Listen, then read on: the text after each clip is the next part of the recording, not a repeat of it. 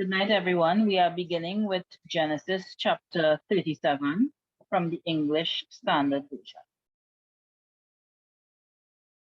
Jacob lived in the land of his father's sojournings in the land of Canaan.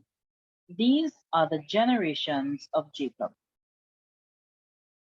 Joseph, being 17 years old, was pasturing the flock with his brothers. He was a boy with the sons of Bilhah and Zilpah, his father's wife. And Joseph brought a bad report of them to their father. Now Israel loved Joseph more than any other of his sons, because he was the son of his old age, and he made him a robe of many colors. And when his brothers saw that their father loved him more than all his brothers, they hated him and could not speak peacefully to him. Now Joseph had a dream, and when he told it to his brothers, they hated him even more. He said to them, "Hear this dream that I have dreamed.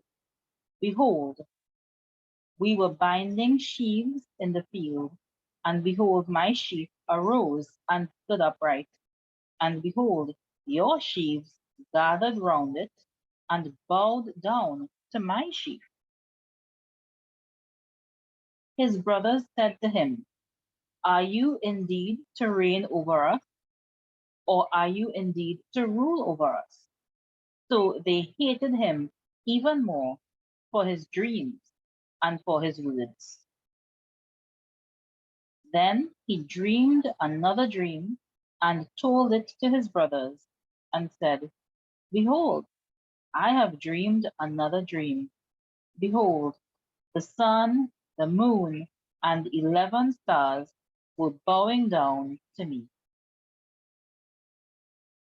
But when he told it to his father and to his brothers, his father rebuked him and said to him, "What is this dream that you have dreamed?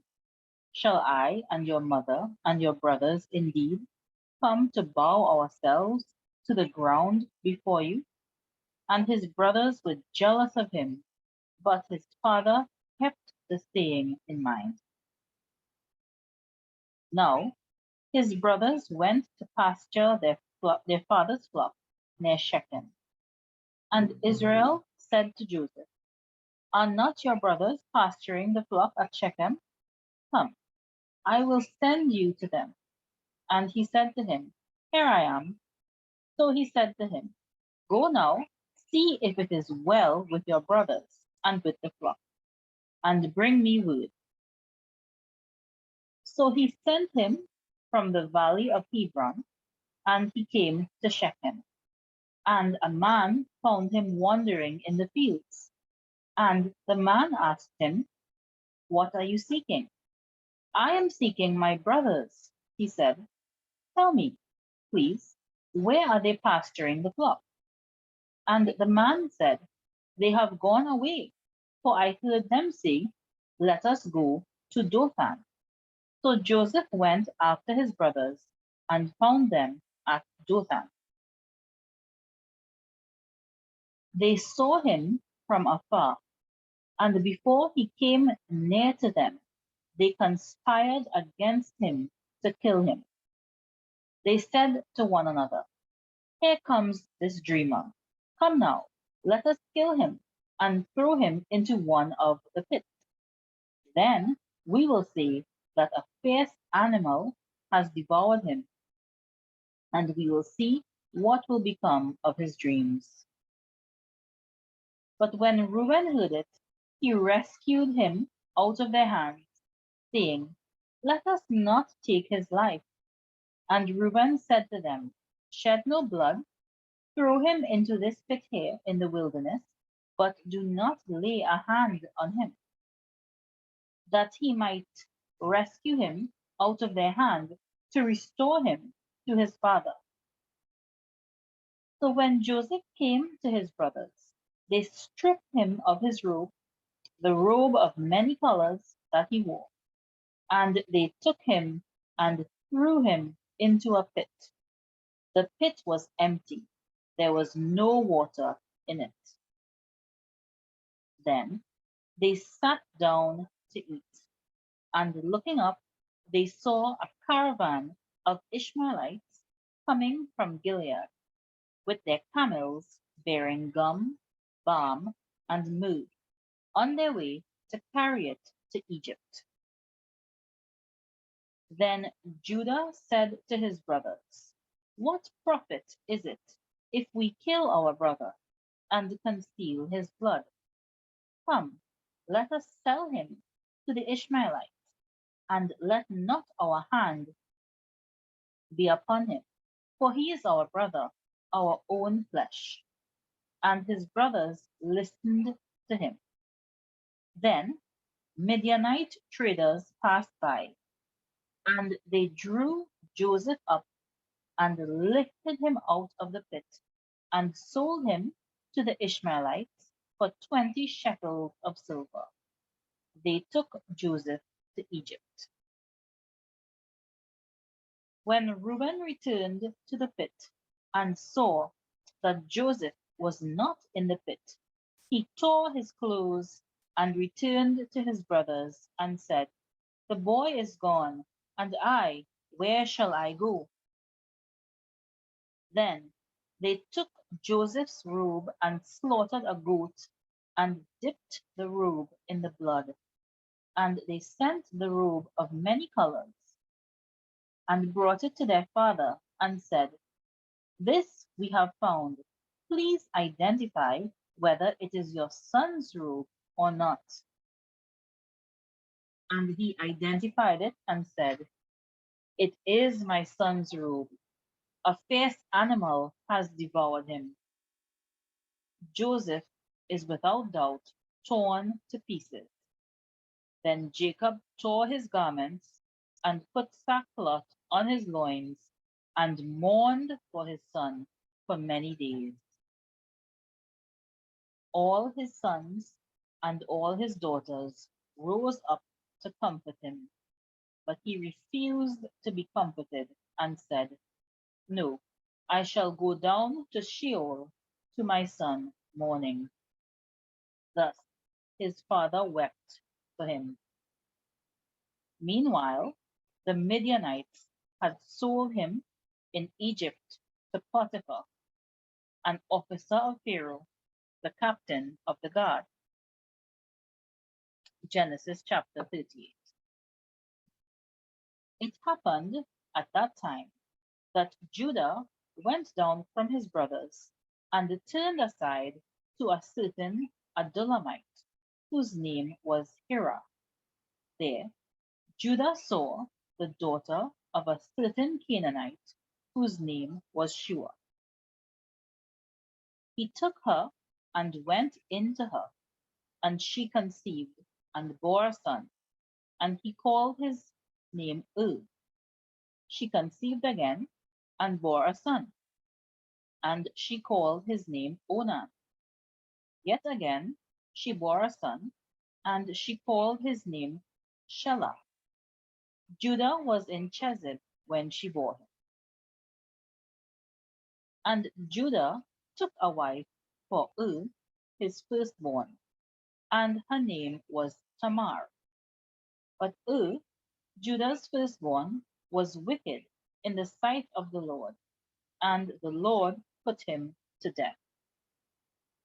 Then Judah said to Onan, "Go in to your brother's wife, and perform the duty of a brother-in-law to her, and raise up offspring for your brother." But Onan knew that the offspring would not be his.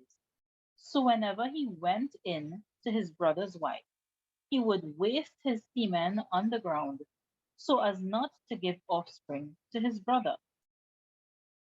And what he did was wicked in the sight of the Lord, and he put him to death also.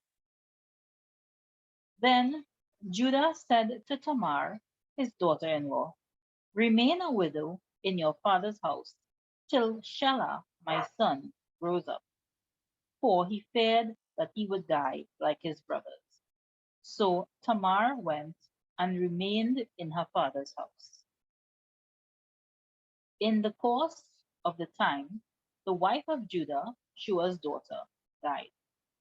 When Judah was comforted, he went up to Timnah to his sheep shearers, he and his friend Hira the Adullamite.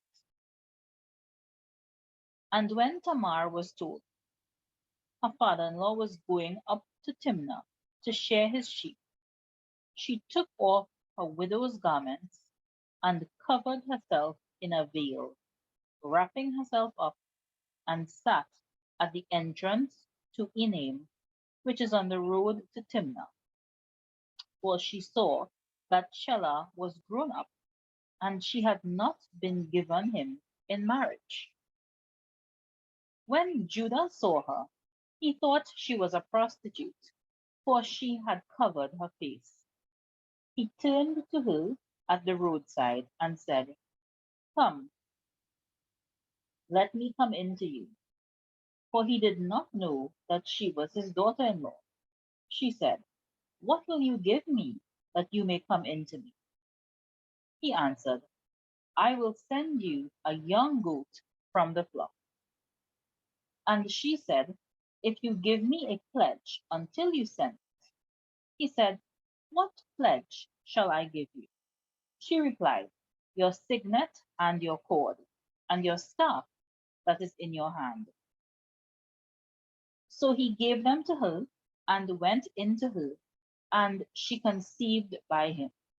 Then she arose and went away, and taking off her veil, she put on the garments of widowhood. When Judah sent the young goat by his friend the Adullamite to take back the pledge from the woman's hand, he did not find her. And he asked the men of the place, "Where is the cult prostitute who was at Enaim, at the roadside?" And they said, "No cult prostitute has been here." So he returned to Judah and said, "I have not found her." Also, the men of the place said, "No cult prostitute has been here." And Judah replied, "Let her keep the things as her own, or we shall be laughed at. You see, I sent this young goat, and you did not find her." About 3 months later, Judah was told, "Tamar, your daughter-in-law, has been immoral. Moreover, she is pregnant by immorality." And Judah said, "Bring her out and let her be burned." As she was being brought out, she sent word to her father-in-law, "By the man to whom these belong, I am pregnant." And she said, "Please identify whose these are, the signet and the cord and the staff." Then Judah identified them and said, "She is more righteous than I, since I did not give her to my son Shelah." And he did not know her again. When the time of her labor came, there were twins in her womb. And when she was in labor, one put out a hand, and the midwife took and tied a scarlet thread on his hand, saying, "This one came out first." But as he drew back his hand, behold, his brother came out. And she said, "What breach you have made for yourself." Therefore his name was called Perez. Afterwards his brother came out with the scarlet thread on his hand, and his name was called Zerah.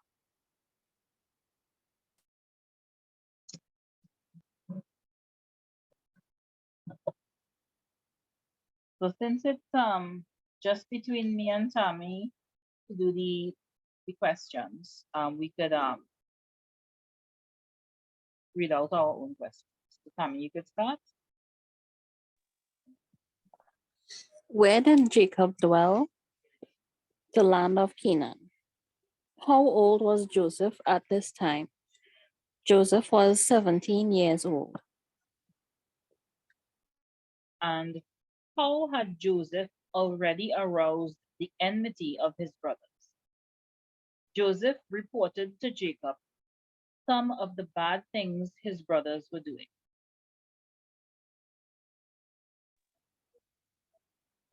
How much did Jacob love Joseph? Why? What did he give Joseph to show this love? What did Joseph's brothers think of this? Jacob loved Joseph more than any of his other children because Joseph had been born to him in old age, and Rachel, his mother, was his favorite wife. He gave Joseph a beautiful robe he had made especially for him. His brothers hated him because their father loved him the most.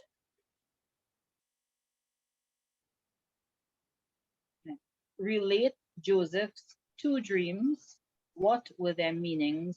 What effect did they have on Joseph's brothers and father?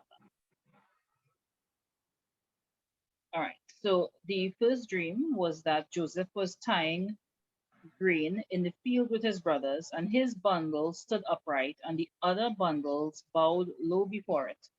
And that meant that Joseph would reign and rule over his brothers. The second dream was that the sun, moon, and 11 stars bowed low before him. And that meant that his mother, father, and brothers would bow to the ground before him. And the last part, Joseph's brothers were jealous of him, but his father wondered what the dreams meant.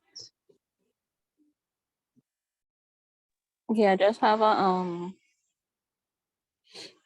one more thing to add. I had put in that the dream with the bundles of wheat, it also showed a connection to the status that he would have over his brothers would be connected to grains and food.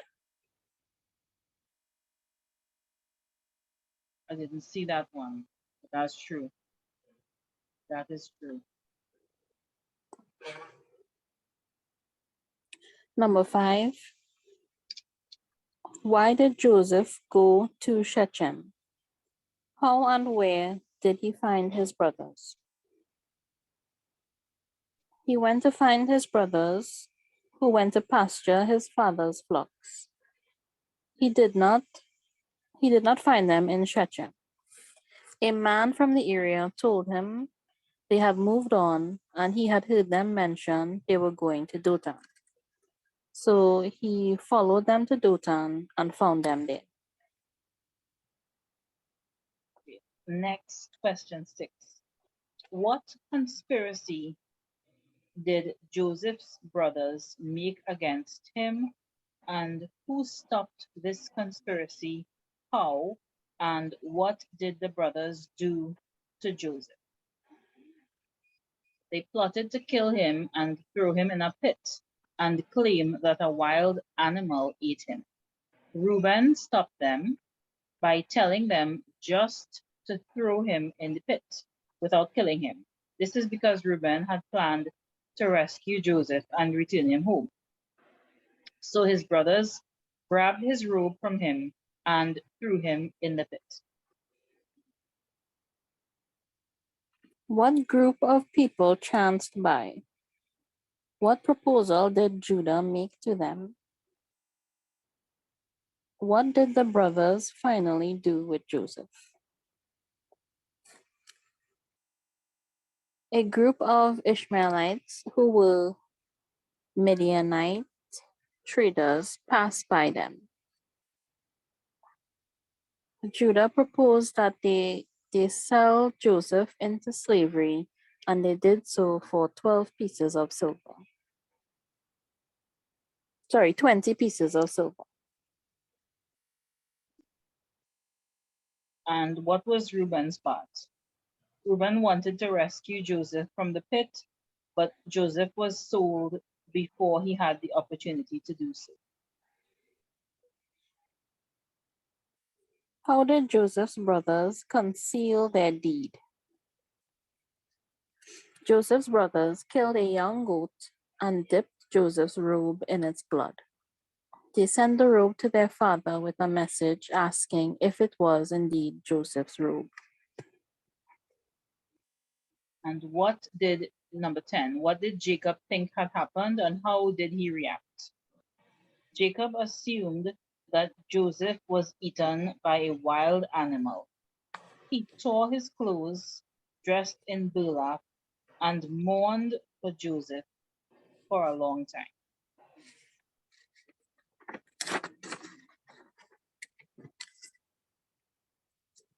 Number 11, who bought Joseph? The Midianite traders sold Joseph to Potiphar, an officer of Pharaoh, the king of Egypt. Potiphar was captain of the guard. And then the thought questions. This is the second event in Genesis built around favoritism towards a child. What is the other event and what can we learn from them about raising our children? So I have the other one was Isaac favoring Esau and Rebecca favoring Jacob. And we can learn that parents should not favor one child over the others, because this leads to resentment. What you have for that? Pretty much the same thing.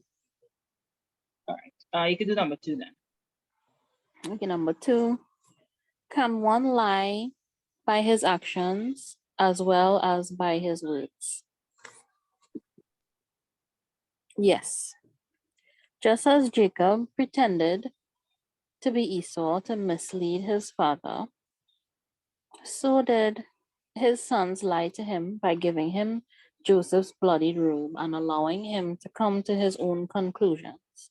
It is lying by omission. Yeah, well, when Jacob lied to his father, he didn't lie by omission. He just He flat out lied. also flat out lied. Like, well, at first he was just going to, like, he was going to just dress up as him, but then he eventually started lying outright lying. Yeah. Yeah, these boys didn't outright lie. They were like, is this his robe? Could you identify this robe? They didn't actually lie, but they were very deceptive. And then they lied by omission. Yeah. Next one, can a person sincerely, strongly feel something is true, yet be wrong? Yes. So that we saw that with Jacob believing that Joseph was dead.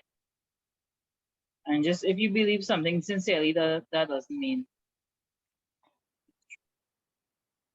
If you had anything more to that time. No, I just basically have I said yes as well, because you may not have all the facts and you can come to a conclusion that is not the truth and believe that it is. Okay. Well, before we move on to the next set of questions, you had any comments, thoughts, questions regarding chapter 37?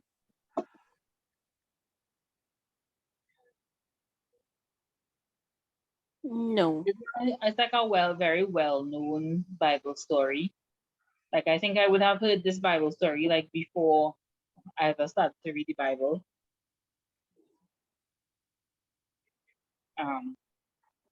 They would have it on like children shows or whatever, Christian children shows. And Susan, you had any thought?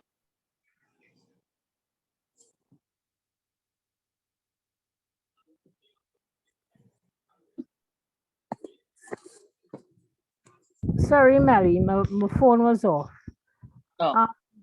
The thing. No, I don't have any thoughts. Okay. All right. Well, we could start over. You could start over with number 1, Tammy. Okay. Relate the circumstances of Judah acquiring a family. Judah left home and moved to Adullam, where he stayed with a man named Hira. There he saw a Canaanite woman, the daughter of Shua, and he married her. She had 3 sons for him, Onan, and Shelah.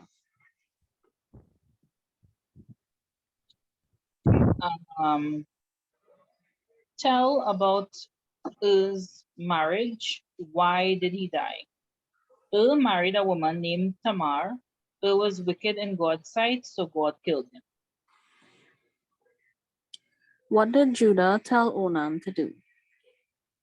Judah told Onan to marry Tamar because their law required it of a brother of a man who died. He needed to produce an heir for his brother, but Onan did not want that. And number 4, what did Judah require of Tamar? Why? And what did she do? After Onan was killed, Judah told Tamar to live as a widow in her parents' home until Shelah was old enough to marry her, and she did this. And it was because Shelah was too young to be married at the time.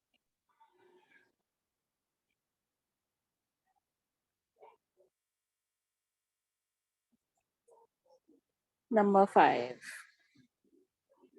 Under what circumstances did Judah commit fornication with Tamar? What did he give her? What was the result of this relationship? Some years later, Judah's wife died. After the mourning period was over, he and his friend Hira went up to Timnah to supervise shearing of his sheep.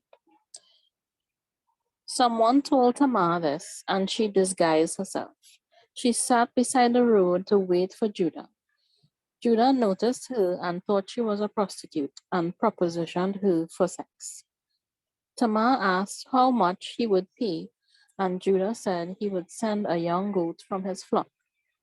She took his signet, cord, and staff as a pledge of his payment, and they had intercourse. She became pregnant. And then what happened, number 6, what happened when Judah sent his friend, the Adullamite, to find her? When the man went to find her, there was no one to be found. The local men told him that no prostitute sat there in the place he described. Judah decided to just let her keep the collateral instead of searching further for her. Number 7. Why did Judah decree that Tamar should be burned? What stopped him? About 3 months later, Judah was told that Tamar acted like a prostitute and was pregnant. So he demanded that she be burned. Tamar produced the 3 items she had taken from Judah, and he recognized them as his own. And that stopped him because it was his child.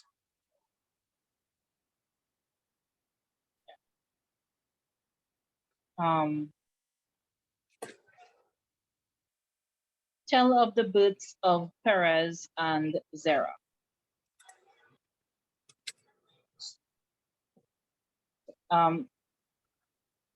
Tamar became pregnant with twins. When she was in labor, one twin, Zerah, whose name means sprout, pushed his hand out and pulled it back in, but not before the midwife could tie a red string on his hand. However, his brother Perez, whose name means breach or forging through, was born first. You could do the first thought question.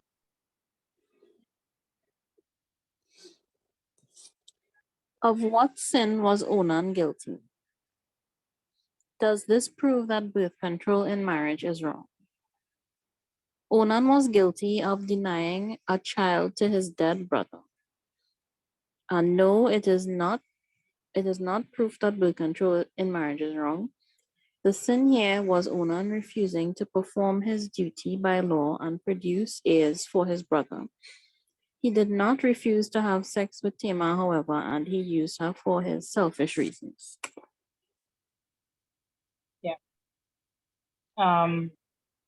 Yeah, I don't have anything more to add. So I'll just start with number 2. What does this chapter demonstrate about the condition of the Israelites and the dangers they faced? So because of the Israelites, their proximity to the Canaanites, it was dangerous because of the sinful and idolatrous culture of the Canaanites. It could creep into and corrupt the Israelite way of life, which was at least supposed to be centered on serving God. So the Canaanite culture, built into that, there was a religion with a polytheistic religion. It involved sexual religious rites, ritual prostitution of both sexes, idol worship, and child sacrifice as well. So especially, we kind of touched on it in previous chapters, but especially how the Israelites were relatively small in numbers still. It wouldn't just corrupt it, it could have just like canceled out the Israelite culture completely, because the Israelite culture was still in its infancy then.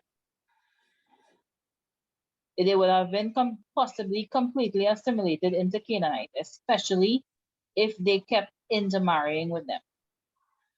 That was the big danger. And that was why they had to be slaves in Egypt, because the Egyptians were a little different. The Egyptians were racist. Unlike the Canaanites, they would not, even before they were slaves, they would not mix with the Israelites the same way the Canaanites would. So that would have kept them separate. Anyway, what you had for question? Anything for question 2, Tammy?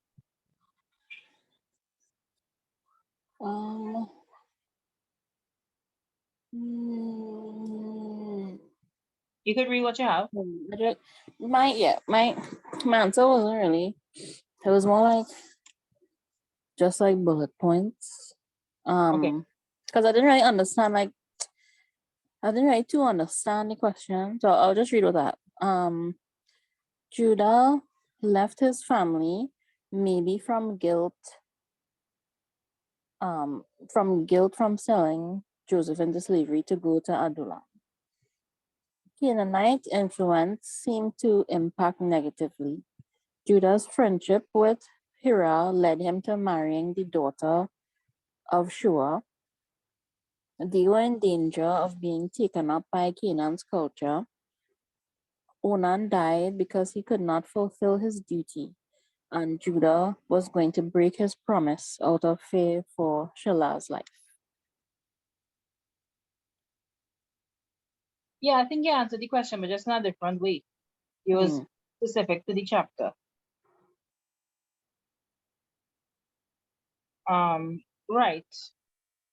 Yeah, that's why it's good that different people answer the thought questions, or like more than one person answer the thought questions.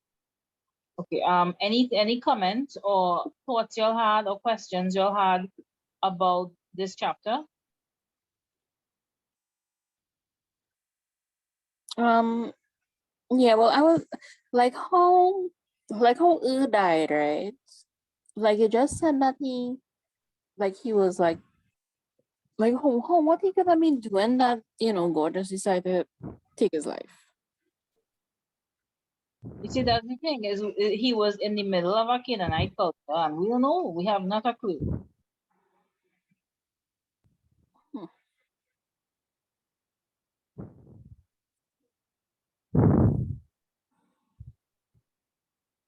don't think it have any enough It information was to like you even see think like about. how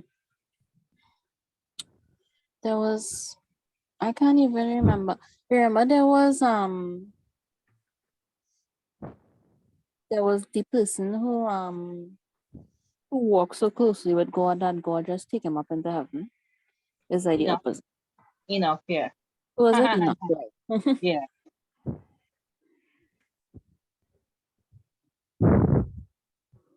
Yeah, it's the opposite. His sin is like you're dead.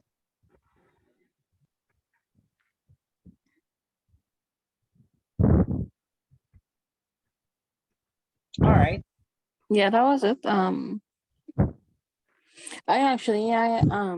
get caught up in the reading and I reached like chapter 48. Oh. That's when the story was going good. Let me just scroll up. Mm-hmm.